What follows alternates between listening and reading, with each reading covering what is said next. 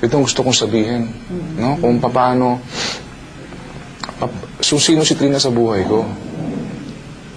As in, dahil galing kami sa ilalim, as in ilalim, na kinakailangan kong mag-tricycle sa Tacloban para pambili ng gatas ni Katrina. Kinakailangan kong mangutang lagi sa nanay ko, pambili ng gatas ng anak ko. Eh, talagang naiintindihan niya ako. So, naku, Diyos ko. Ito talaga ang taong masasabi mong nung walang-wala ka, ay naroon na. Ay, naku. Itong bahay na tinitira namin ngayon, unang buhos ng simento dito, unang hukay ng lupa, nandito siya. Hanggang sa lumipat kami. Bahay niya to. Siya ang naghirap dito. Alam ni Kay yan. Oh, as in, lahat yan pinaubaya ko na sa kanya. Kami ni Trina, never kami nagsigawan. In our 25 years, Karishma.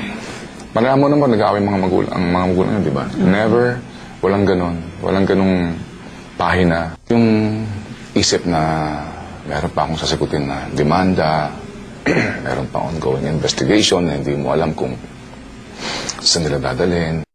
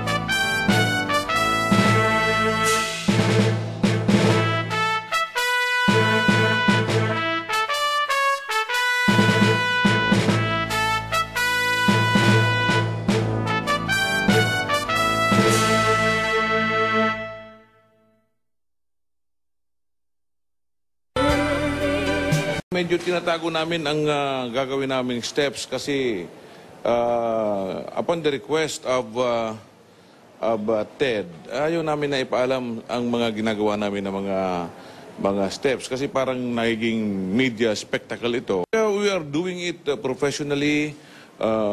We would like to request everybody to just cooperate.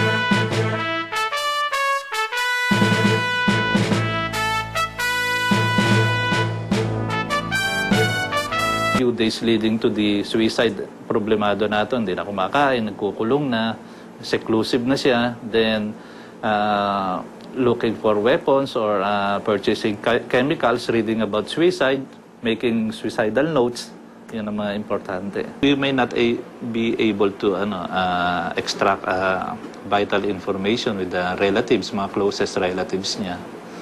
No? And wala kami makukuhang behavioral report